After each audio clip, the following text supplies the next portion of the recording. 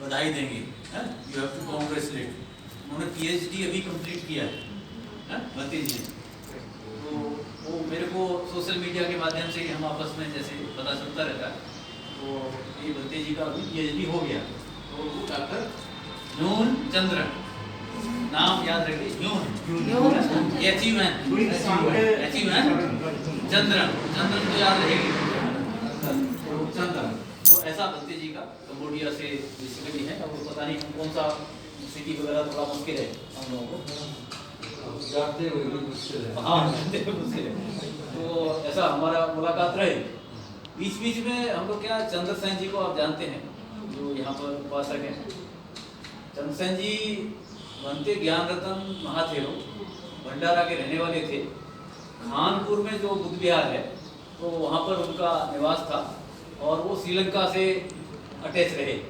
तो श्रीलंका पद्धति से होने के कारण उनकी बहुत सारी किताबें समय प्रकाशन ने या दूसरे प्रकाशन ने भी पब्लिश की हैं। तो वो बहुत सारे लोग पढ़ते हैं उनकी किताबों को। मैंने ऐसा सोचा, ये जो कंबोडिया के हों चाहे थाईलैंड के हो, श्रीलंका के सभी भंते जो अपनी प्रक्रिया चलाते हैं, तो खाना खाते समय ये प्रक्रिया है, फिर उसके बाद पुण्य वो इस तरह कर रहे हैं। तो ऐसा मैंने देखता था जब मैं उपासकता करती। तो सबसे पहले मैंने 1983 में चीवर लिया थोड़े समय के लिए श्राम है। तो उस समय मैं सर्विस में नहीं था, स्टूडेंट के बाद में। फिर मैं वैज्ञानिक में मेरा अपॉइंटमेंट हो गया ये एग्रीकल्चर वाले में। तो पूसा इंस्टीट्यूट आपने सुना होगा यहाँ पे, तो पूसा इंस्टीट्यूट से मेरा पीएचडी है और ये हम साथी हैं खनकरे जी। तो वो एग्रीकल्चर साइंटिस्ट होने के कारण ये हम लोग का लिखने का काम रहता है। तो लिखने का काम देखते देखते एग्रीकल्चर में तो लिखना है ही है, लेकिन जब मैं देखा कि भक्ति लोगों से भी मैं मिलता था, तो ये बुद्ध का जितना लिखा गया उतना किसी का नहीं लिखा मेरे से कुछ। तो हो सकता है और किसी का और ज़्यादा लिखा हो, लेकिन जो त्रिपिटक लिखा गया वो याद भी करना है और आपको लिखना भी है, डॉक्यूमेंटेशन। और वो कैमरे को ऐसे रखिए, ऐसे ऐसे। तो इस तरह से ये जब भंते लोगों का मैंने इंडियंस को देखा, वो मेरे यहाँ आते थे, हम भोजन कराएं। भंते लोग हमसे तो बोले कि आप गाथा ये बोलिए, और भोजन हो गया और उनकी खुद की गाथा पता नहीं। इवन भंते used to not mind, they don't know बच्चे बेखना है। 4 बच्चे बेखना होती हैं भंते लोगों की। और सब मैं थोड़ा आप लोगों को भी बता दूँ, ये चीवर पहला पहनना है, सुबह सुबह भंते लोगों को चीवर पहनना है, चीवर की पच्चे बेखना। दूसरा, जब खाना आपको ये खाना है, ये भोजन की पच्ची बेखना। ये जो आपका आसन और शयन, इसकी शयन आसन पच्ची बेखना। और कोई चाय या मिठाई या कुछ लेंगे जूस वगैरह, तो गिलान पच्चे बेखना, ये 4। अब भंते को एक भी ना आए, इंडियंस को बता रहा हूँ मैं। तो मैंने भंते लोगों से बताया, मैंने ऐसा करो आप लोग ट्रेनिंग लो, मैं श्रीलंका वाले भंते लोगों से अरेंजमेंट करवा देता हूँ। तो सर मुझे एक लेटर मिल गया बाबा साहब डॉक्टर अम्बेडकर का। तो उन्होंने 1954 में सारनाथ में इंडियन भंते की ट्रेनिंग रखवाई थी। मैं उनके पास पहुंचा, मैंने कहा जी ये आपकी ट्रेनिंग यहाँ चलती थी सारनाथ में इंडियन मॉन्क्स की, तो आप अब कम से कम चलाओ। तो वो कहने लगे कि आप तो भंते हो नहीं, आप काहे को परेशान। तो हमने कहा परेशान हम इसलिए हैं कि भाई हमारे भंते को ये चीज़ नहीं आ रही है, दे डोंट नो। और जो दूसरे आपके श्रीलंकन हैं उनको ये चीज़ आ रही है। तो हमें दिक्कत ये होती है कि भाई हमसे तो अच्छा बुलवा लेते हैं, और वो उनकी जो गाथाएँ हैं वो उन्हें पता नहीं है। तो फिर उन्होंने एग्री किया कि अच्छा ठीक है, भंते को आप तैयार करके लाइए और ट्रेनिंग हम शुरू करवा दें। तो इस तरह ज्ञान रतन भंते जी को फिर एज ए ट्रेनर, और मैं वहाँ पर एज ए असिस्टेंट वहाँ काम करता था सारनाथ में महाबोधि सोसाइटी के साथ में। तो इस तरह से भंते जी के साथ मेरा लिंक रहा। तो चंद्रसेन और विजयवीर सिंह जो इंजीनियर है, वो भी कभी आते हो या आपकी जान पहचान ना हो, तो जी जी, तो ये दोनों जो है वो हमारे यहाँ भी 4-5 बार गए, और दोनों एक बार मेरे साथ श्रीलंका भी गए 18 में और 19 में। उन्होंने ही मेरे को बताया कि साहब हम हमारा जो कंबोडिया का बुद्ध विहार है, तो अभी जो 2 साल पहले जब आप लोगों ने चीवर दान किया था, तो सब भक्ति जी ने कोई थे या दूसरे थे, तो उन्होंने बताया कि देखिए साहब दिल्ली में हमको पहली बार चीवर मिला है, ऐसा करके उन्होंने बताया। ऐसा एक कंबोडियन बनते का रिएक्शन था। तो क्योंकि यहाँ की प्रथा भूल गए थे हम लोग, तो चीवर दान मिला, यही बहुत है। कठिन तो बहुत बात की बात है, कठिन चीवर बनेगा कैसे होगा। तो ये होता है। अब मैं थोड़ा सा और टाइम लूँगा भक्ति जी। ठीक ना? ठीक। तो अब हम क्या एक्टिविटी करते हैं तो उसका कुछ न कुछ डॉक्यूमेंटेशन होना चाहिए। अगर आपके पास डॉक्यूमेंट नहीं है तो फिर लोग उसको भूल जाते हैं। जैसे मैं ये 2 डॉक्यूमेंट आपके पास लाया, तो सर ये साइट है ललितपुर के पास में, बुद्धिज्म की पुरानी, और यहाँ मूर्तियाँ हैं, मार का दृश्य भी है, और एक धजग सुत्त होता है। तो धजग सुत्त में क्या, समुद्र मंथन आपने सुना होगा, तो समुद्र मंथन का मतलब ही धजग सुत्त है। तो वो वहाँ पर ये दृश्य मतलब मूर्तियों में है। ये मूर्तियाँ जैन लोगों ने बताई कि हाँ यहाँ हमारे जैन टेम्पल के पास में है। तो मैं गया वहाँ पर, ये 9 साल पहले की बात है।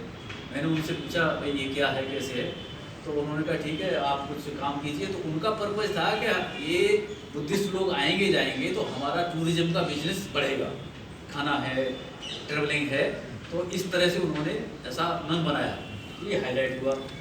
फिर सर मैंने सोचा कि ये इसमें कोई ना कोई डॉक्यूमेंटेशन होना चाहिए। उसके लिए ISSN होता है, तो एंशियंट बुद्धिज्म आपको नया टाइटल्स हो जाए, दैनिक जागरण, न भारत टाइम, इस तरह कोई भी आप डॉक्यूमेंट तैयार करना चाहते हैं तो उसका लिए रजिस्ट्रेशन करना होता है। तो इसको ISSN एलॉट है, तो हम पिछले 8 साल से इसको पब्लिश करते हैं, 1 साल में 1 बार। इसमें हिंदी और इंग्लिश में आर्टिकल हम छापते हैं। ये फोटो वगैरह जो हमारी एक्टिविटी एनुअल चलती है।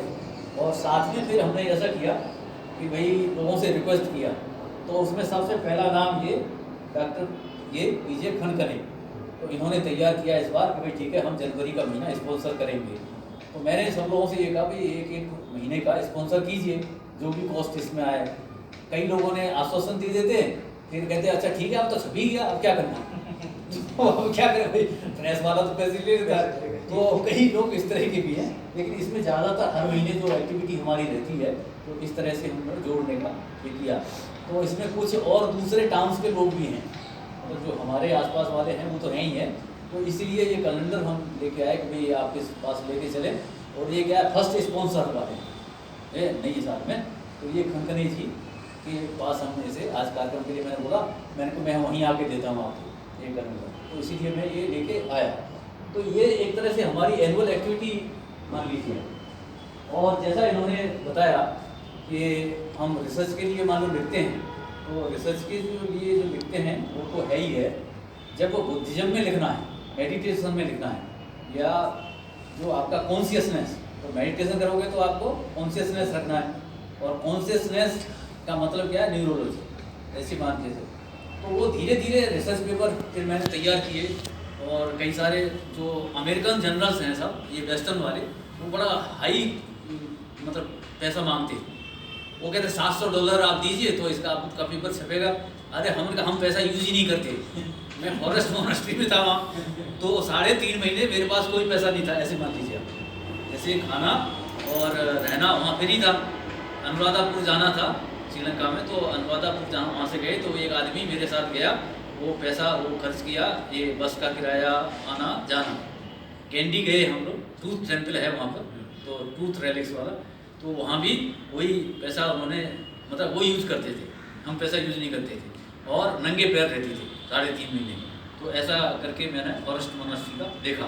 कुछ उसमें एकांशी का मतलब होता है वो एक चीबर पूरे ज़िंदगी भर पहनेंगे, जैसे फटेगा तो फिर उसमें थेगड़ी लगा लेंगे, और फटेगा तो फिर और एक और थेगड़ी लगा दें, तो इस तरह से वो चलता रहता। तो वो बड़ा मतलब टफ है लाइफ, ऐसे मान के चले। तो उसे धुतांग बोलते हैं, धुतांग। तो वो मैंने देखा लाइफ, मैं कर नहीं सकता था, मैं बाईपास सर्जरी वाला हूँ। तो बाईपास जब हो गया तो फिर दिक्कत होती है, खाना भी लेना होता है या तेल और नमक कम लेना होता है। तो इस तरह से ये हमारा जो काम है, डॉक्टर साहब ने भी बताया, और इस काम का थोड़ा सा प्रेजेंटेशन ये आपके यहाँ हो गया। और अभी ये 2 साल पहले यहाँ कंबोडियंस ने ये त्रिपिटिक चांटिंग 2 दिसंबर से 12 दिसंबर फिर सैबोटेज, लेकिन अभी कोरोना की वजह से नहीं हुई 20 में और 21 में। तो ये 2 साल पहले निकाल लीजिए, तो 17 और 18 का जो रहा स्पॉन्सरशिप वो कंबोडिया की तरफ से रहा, और बहुत अच्छे से उन्होंने मैनेज किया पूरा कंट्री की तरफ से। हम एज ए इंडियंस वहाँ रहते हैं, बुद्धगया में जाते आते हैं, तो मैंने ऐसा सोचा, कई लोगों को ऐसा लगता है कि बुद्धिज्म में जो पढ़ने लिखने का है तो बहुत हाई क्वालिटी का पढ़ने लिखने का। अभी भी हम लोग जो बात करते हैं तो ज़्यादा जो बात कर पाते विनय पिटक की और शुद्ध पिटक की, अभिधम्म पिटक की तो बात हो ही नहीं पाती है, तो क्योंकि ज़्यादातर लोग जानते नहीं हैं और वो थोड़ा जान पाते हैं तो सामने वाला उसको समझता नहीं है तो उसे नींद आने लगती है। तो इसीलिए वो दोनों तरफ से जब तक कोई स्टूडेंट समझेगा नहीं तब तक नहीं जी। तो इस तरह से ये काम चला और ये डॉक्टर साहब जो है हमारे साथ ही एक मैंने भी 2 PhD कराए स्टूडेंट मेरे थे। तो एक PhD स्टूडेंट के एग्जामिनर खनकने साहब थे, 2010 में उनका वाइवा लेने आए थे जबलपुर से। तो इस तरह से हमारा लिंक बना रहा और मैंने एक आदत बनाई है, कोई मेरी बात कोई सुने ना सुने, अभी जो पिछले कुछ सालों से आ गया ये क्या व्हाट्सएप और फेसबुक, ये 2 ऐसे माध्यम हैं जो कुछ आपको बोलना चाहो, मन की भड़ास निकालना चाहो तो वो माध्यम है। नहीं तो आप किसी को कोई गाली नहीं दे सकते थे, किसी को आप कुछ अपशब्द नहीं बोल सकते थे। तो हमने ऐसा सोचा है कि उसको गाली देने के बजाय अपने धर्म का प्रचार करो इसमें। तो मेरे को इससे सस्ता कोई साधन नहीं, मतलब मैं अपनी बात बता रहा हूँ। तो मैं अपने क्या करता हूँ, जैसे आज मान लीजिए कल क्या होगा, सावित्रीबाई फुले का जन्मदिन है, तो वही सावित्रीबाई फुले की एक एल्बम बनाओ, आप क्या क्या लिख सकते हो वही कम से कम करो। तो ये इस तरह से ये बहुत अच्छा है और आज का उपोषण हमारा बहुत अच्छा गया, क्योंकि शुरुआत हुई इस वर्ष की। और मैंने जैसा पहले ही आपको जिक्र किया, अप्रैल के पहले सप्ताह में तो पहला संडे आएगा 14 अप्रैल से पहले, तो ये एंशिएंट बुद्धिज्म के लिए अगर आप कुछ हिंदी में या अंग्रेजी में लिख के भेजेंगे तो आपका जो विचार है वो इसमें आएगा। और निश्चित रूप से हमारा जो अगला कैलेंडर आएगा उसमें यहाँ का ये फोटो, और इस किताब में भी फोटो तो हमें छापना ही, तो भाई जहाँ जहाँ हम जाते हैं वहाँ रहेंगे। तो भक्ति जी का तो भाई अभी के हिसाब से हमने भले ही 83 में जीवन दिया था पहले, लेकिन वो ब्रेक हो जाता है जब, तो जिनके वर्षावास ज़्यादा होते हैं उनका ही सीनियरिटी मानी जाती है। तो जो मंत्री चंदन जी डॉक्टर साहब और ये बनते बाबू जी, आप सभी लोग का हम साधुवाद करते हैं, और विशेष रूप से डॉक्टर साहब का खनकने जी, तो इन्होंने भी जो भी दिक्कतें हुई उससे अपना रिटायरमेंट ले लिया, लेकिन कोई ज़्यादा फर्क पड़ता नहीं। हमने देखा लोगों का ये कहना है कि आप पहले अपनी सांस को देखिए, अगर आपकी सांस बची रही तो ठीक है। एक बार बनते लोगों के साथ भगवान बैठे थे और उन्होंने पूछा कि ये बताइए आपका जीवन कितना हो सकता है। तो एक बनते जी ने बताया 1 ईयर, 1 साल हो सकता है। तो दूसरे बनते ने बताया नहीं वो एक साल ज़्यादा हो सकता है, 1 महीना हो सकता है। और तीसरे ने बताया नहीं 1 दिन का भी हो सकता है, क्या पता जीवन का। तो और थे उन्होंने बताया 1 मील के अंतराल, माने एक खाना जो खाएं उस खाने के अंतराल का। तो बनते लोग धीरे धीरे परेशान होने लगते थे इस तरह की बातों से। तो बनते जी से फिर पूछने लगे बनते लोग, साहब आप बताइए किसी भी व्यक्ति का जीवन कितना हो सकता है।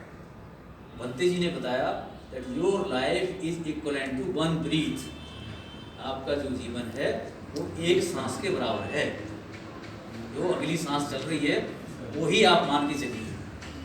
तो इसमें बुद्धानुस्मृति, धम्मानुस्मृति, संघानुस्मृति, मरणानुस्मृति, मित्तानुस्मृति, ऐसा करके सती संबोझा ये सब आते हैं। तो ये थोड़ा और डीप जाना पड़ेगा अपने को, जो अपने भंते जी ने बताया विपස්සना भी थोड़ा थोड़ा करें बीच बीच में, 2 मिनट 5 मिनट जब भी बैठा करें तो वो ठीक रहेगा। जब भी कोई बताएं इन बातों के साथ में हम खनकने जी डॉक्टर साहब को और जो दूसरे डॉक्टर साहब को ये आमंत्रित करेंगे कि सभी लोग मालूम दूर भी जाएंगे। तो ये आखिरी कार्यक्रम सभी के लिए साधु साधु साधु साधु।